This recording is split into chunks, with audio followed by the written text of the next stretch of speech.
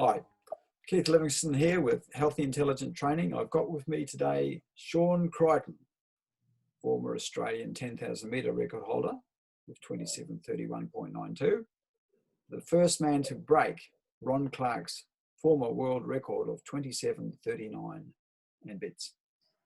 And also, Shaun is still the Australian steeplechase record holder with 8:16.22. Okay, Shaun, how did you get started with your running? I grew up in northern New South Wales. My dad coached our football team, and before I started playing football, I'd go down and run around the oval with them when they did their warm up. So that was when I was sort of 7 and 8. Then I went to Little Athletics, age 9, and continued running really right the way through then. But because I grew up in the country in New South Wales, I didn't ever go down to Sydney to race over the summer. We'd go to the beach for the summer. So I was really just a cross-country runner and didn't really do a track season until I was 19. Well, that's where you laid your foundation. My first love was always the cross-country, and I'd go down to the New South Wales schoolboys cross-country, and I wasn't training hard as a schoolboy, so I was never featuring in the top couple, but sort of started training a bit harder by the time I was sort of 16, 17. But yeah, started running at a very young age. Always enjoyed it, and I think that was when I look back over the last 40, 50 years and think, okay, sometimes people say what was the number one thing that gave you some success? And I say, well, it was really because I just loved it, and I didn't do it because I was trying to make the Olympic team or anything like those sort of goals came quite a bit later on. I just ran because I loved it, and I think through that you end up doing it for the number of years you need to you gradually improve. What was your all-time favourite, if you have one, running result? Probably the race I look back on most fondly is the 1996 Zatopek, where I broke Ron Clarke's long-standing national 10,000 metre record. I'd run 27:43 earlier that year in France, and just missed Ron's record. And as a Kiwi originally, Keith, you'll appreciate this too. So I was training with Robbie Johnston, and so Robbie and I both rolled up in Lille. Robbie was after Dick Quacks's record of 27:42, or might have been 41.9, and I was after Ron Clarke's record of 27:39. We were right on pace early, and then the pace slowed down mid-race. We both got rolling towards the end, and Robbie ran 27:42 and I ran 27:43.1. We saw the race result, and he didn't dip at the line, so he missed it by 0.1. But anyway, I missed Ron's record by 4 seconds that day, and that made me think I've got a lot more left in me. It slowed down so much mid-race. I wish I'd taken it on. So sort of after that, I did have 27:30-ish in my mind, so did roll up to the 96 Zatopek, aiming for that. But I guess what made it so special was Ron himself was commentating the race back when there was Optus Vision. So Ron was commentating. My coach, Pat Clapesi, was there. My training mates were in the race, and a lot of my long-term friends were in the stands watching. So that just made it all the more special with all of those elements combined. And having just missed it, it made me all the more eager to get that one. I know you came through while you were at university in Ballarat. When I was living up in northern New South Wales, I didn't get a coach until I was 18 years old. In fact, I went to the local fun run in Tamworth when I was 18, expecting to win, and got blown out of the water and came 5th. So I looked up the New South Wales Athletics handbook. It had a list of coaches at the back, and I was like, oh, Peter Larossignon, who's in my club in Armidale, he's a coach. So I called him, and he started coaching me, and I immediately started to improve just with a bit more structure and guidance. Peter then, just luckily for me, Peter moved to Ballarat to take up an exercise physiology position at what was then Ballarat CAE, now Federation University. So I then just I think he went to Ballarat in 86, and I decided I wanted to move to Ballarat or to Canberra for 2 reasons. Just one, to study sports science, and not many places had a sports science degree back then, and I wanted to go to a place that had a really strong running community, and to me it was either Ballarat or Canberra. And when Peter moved down to Ballarat, he'd been coaching me, it was and Mono had just started emerging as one of the Australian great distance runners. So it was a pretty easy decision to move to Ballarat, and a great decision. I really improved in my 3 years in Ballarat. You later came under the influence of Pat Clohessy, right? So yes, I was in Ballarat 87, 88, 89, and coached by Peter Rosniel.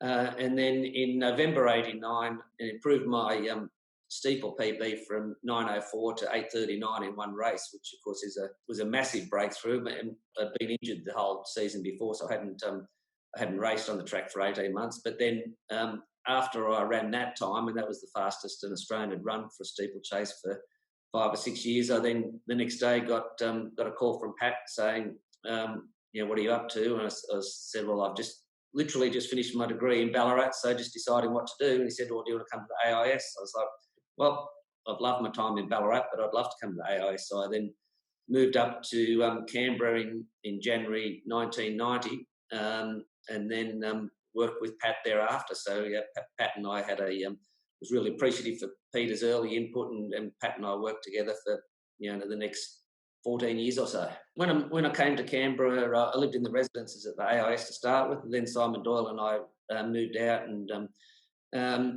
rented a house together. So we did Doyley for a mile. I did, and at that time he was ranked second in the world, and in 1991 had the second fastest time in the world. So he was going very well. We would do all of our morning runs and recovery runs together, and some long runs. I'd of course go a bit longer than Doyley, and we'd often go and do a tempo run, which would be stronger than him, and then we'd go to do some short hills, and he'd be faster than me. So we trained very well together. And I think looking back on my career, I was very fortunate in mixing with some of the absolute world's best runners at the time. So Mono in the years I was training with him in Ballarat came 4th in the world champs, 5th in the Olympics, 4th in the world cross country. Then I came to Canberra and started running with at the time when he still ran 2:09 and won Rotterdam, and lived with Doyley during the years where he was ranked second in the world. So I was lucky to mix with people who were aiming to be the best in the world, and just that sort of attitude and not fearing anyone, that just rubs off on you as being that you're aspiring to be not just the best in Australia, but to be one of the best in the world. So that was just good luck that they were people I was training with, and part of that was also identifying that they weren't smashing themselves in training. They were just consistently getting through the work, not doing these super sessions that you'd hear other people doing. And I think that just gives you confidence that you can really improve and run very well off just a good, solid training program that you do consistently, rather than smashing yourself for a few weeks and getting injured or sick and then coming back, and that roller coaster ride. So that was really instilled into me, but reinforced through mixing with some of the best people in the world. I remember reading once that Steve Monaghetti described training like a telephone book. Yeah. And I thought it was marvellous, like a telephone book. That's right. right. You can just rip a couple of pages apart. Yeah. But try ripping the whole telephone book apart. But Exactly each right. page in the telephone book represented a day's training. So yeah, he maintained that if you just keep building your aerobic base over the years, you eventually get something that's almost indestructible. He hardly ever got injured, which is why he kept on improving, I think. Exactly. I think that's the key. I was just looking through I've got training diaries going back to 1985, Keith, and I was just looking through some of my late 80s once, in case you asked me about our head-to-head on leg 5 in the 1989 Brimbank Park relay or anything like that. But I saw that I was pretty inconsistent in the late 80s, and I think part of that was I was building up my training. But really, from when I went to Canberra from mid 89, I had very few injuries, or the injuries I had didn't keep me out for more than a couple of weeks. So, and I think that's part of, to get the best out of yourself, you've got to have years of just back to back training, and of course part of that is not getting injured, is being sensible in your training, that you're not doing sessions that expose you to a greater risk of being injured. Now, I reckon your ultimate peak performance was run on the Naya trotting track. was a 43-degree afternoon, right? Sticking hot day it was, I remember it. On the trotting track with the gypsum surface, and they made a concession. They went round and they sprayed the track with water before the mile. 2 laps of the trotting track, exactly 1 mile. Because I timed your last 400, you did a 57 last 400. There you go. Yeah. You ended up with 4 minutes, I think. 3-degree day on a trotting track, measured. Yeah. No, I remember that well. So yeah, John Walsh and I had a we were probably together with 400 to go. So Walsh, he pushed me and forced the 57 last 400, but that was good fun. I think we stayed at your place too, Keith, back. Oh yeah, a bunch of yobs rocked up. That's it. That was pretty impressive, really. You know, I wonder what you would have done if we'd been able to run it at 8 o'clock at night. That's right. You might have run a sub 4 on a trotting track. What training were you doing then, and who with? Oh, so back in 91, I probably should have been able to close in 57 because I was doing right through the 90s and into the early 2000s. Pat Clahusi coached me. But right through that period, I was training mainly with Simon Doyle. So, well, I was always doing fairly high mileage for a steeplechaser, but sort of, and we did a lot of faster work, not big sessions, but off the track. So a lot of hill work. So my speed was probably pretty good just chasing Simon Doyle around the tracks, and noting in 91 he ran 3:49 for the mile and 3:31 for 1,500 metres. So that was probably on the back of training with Doyle. John Walker was very impressed by Simon Doyle. Yeah. So if you have the general approving Simon Doyle, he must be a very good runner. He ran the steeplechase in the Commonwealth Games in Auckland, right? I did. Yeah, that was my breakthrough making that team. Yeah. You also won a medal at a World Cup. Is that correct? Yeah, 2 medals at World Cup. So I got third in the steeplechase in Havana in 1992, and then second in the 5,000 behind Daniel Komen and ahead of Dieter Baumann in Johannesburg in 1998. And looking back, that was probably, even though the Zatopek 96 when I broke Ron Clarke's Australian record was probably my most favourite memory. That second in the World Cup in 98 was probably my best actual athletic performance from a competitive perspective. So Baumann was still at his best. So to have beaten Dieter Baumann over 5K, and Komen was basically toying with us the whole race and turned into a fartlek session. But it was to get the silver medal and particularly beat someone of the calibre of Baumann was most satisfying. Arguably, no one in the world could beat Komen. An astonishing 3,000 metre record that he ran. Yep, that's right. No, Komen was something else. Komen came out to Australia as in about 95 as a very young man, and so the Australians had an opportunity to race Komen several times. And Komen, of course, ran. I think the 8-minute 2 mile barrier has only been broken once, both times by Komen, and one of them he did in Sydney. Baumann, well, I suppose he brushed his teeth before. It was the famous Nandrolone and the toothpaste story. That's right. Yeah, he just got there, right? That's right.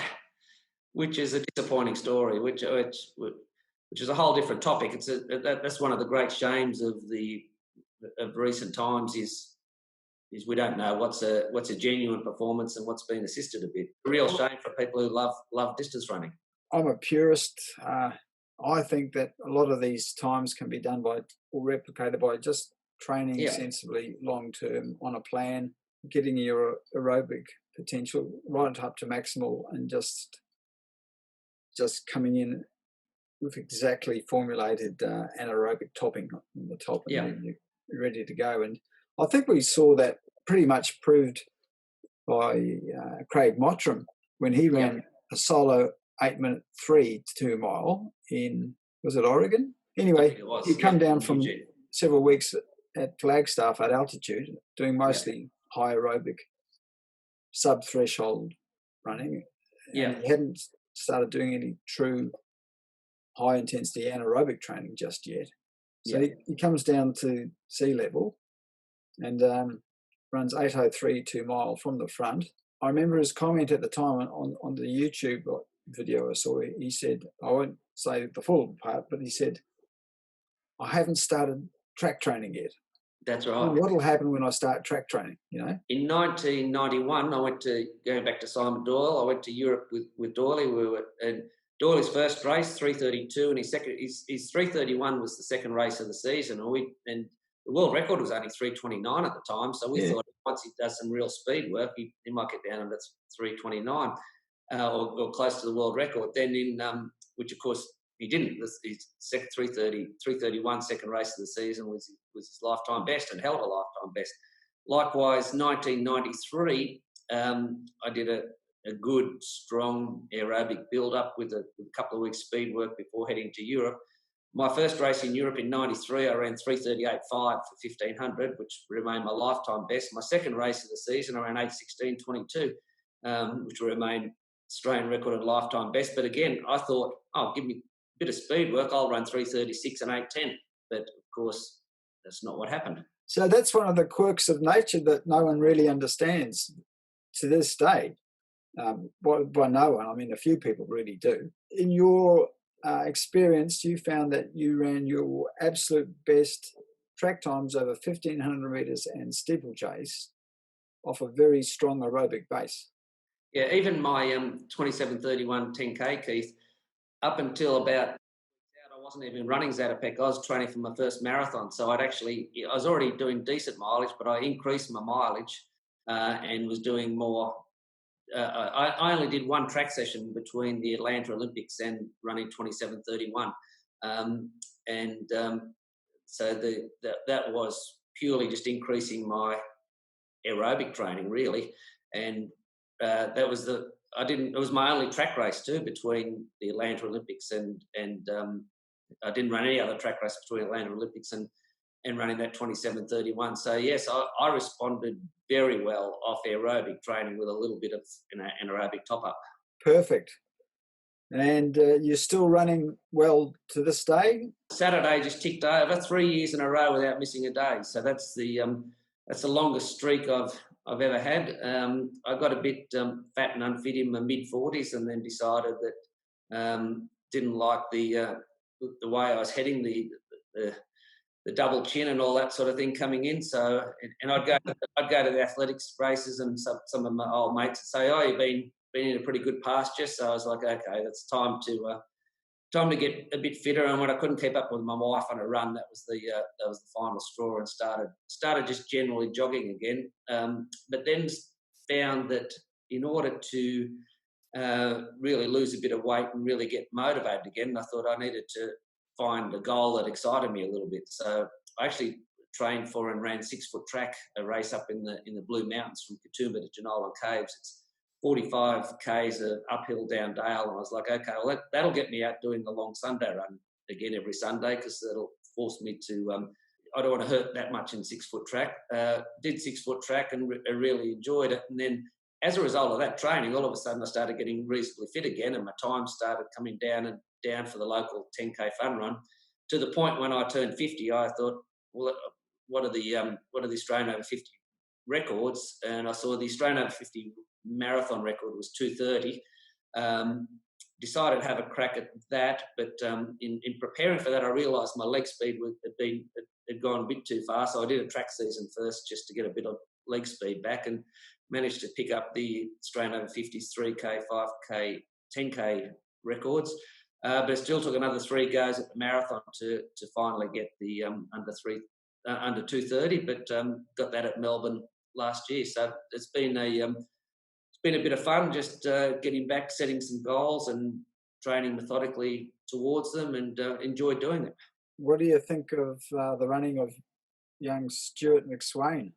Oh, absolutely sensational. He's the times he's been doing, and the range is absolutely phenomenal. He reminds me of Mottram, really, just with his range and abilities. So to get down to that sort of speed, but to be able to run that fast over 1500, but still run a very good 10k. I think McSwain will probably get under 13 minutes for 5k, but his 7:28 was for 3k is.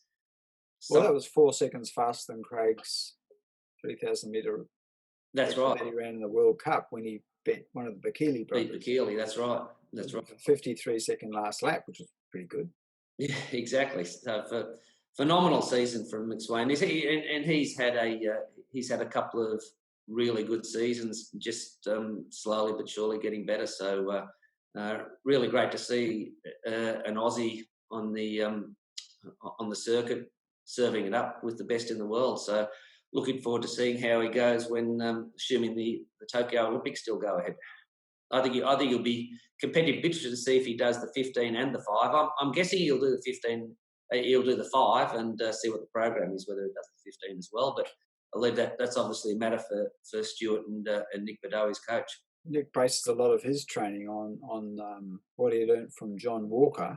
That's based primarily in a high aerobic endurance base, and then they just bring in the higher intensities coming into peak periods, and then they maintain their aerobic capacity with specific sessions to stress the aerobic system just mildly, and that seems to keep them ticking over at a very high level. Well, I'm a big fan of Stuart McSwain, and apparently he's just a regular country boy. So you can take the boy out of King Island, but you can't take King Island out of the boy, right?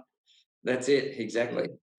Yeah, it's an extraordinary story, and hopefully, I reckon he's got more to go over 1500. Yeah, probably at a world level, that might be where he could really surprise, you know. And the exciting thing also, there's a really good crop of young Australian 1500, particularly 5K runners at the moment. It's not just McSween, but Ramsden's had a good year. You've got Morgan McDonald, you've got Ollie Hoare running grade 15s and 5s. McNeil's still running well. So there's a really good crop coming through at the moment. And they'll help push each other through with, of course, McSween leading the pack. That's fabulous. Shaun, thank you so much for talking to me, and thank you for not charging me. You can tell everyone what you're doing these days. I'm a partner in a law firm in Canberra, Mullis Legal. I do commercial law with an intellectual property law focus, so copyright, trademarks, and general commercial law. So thoroughly enjoy it. Try and do a bit of sports law here and there, but commercial IP, and been doing that for about 20 years. So really enjoy it. Thanks, Shaun. We'll see you another time. Great. Thanks, Keith.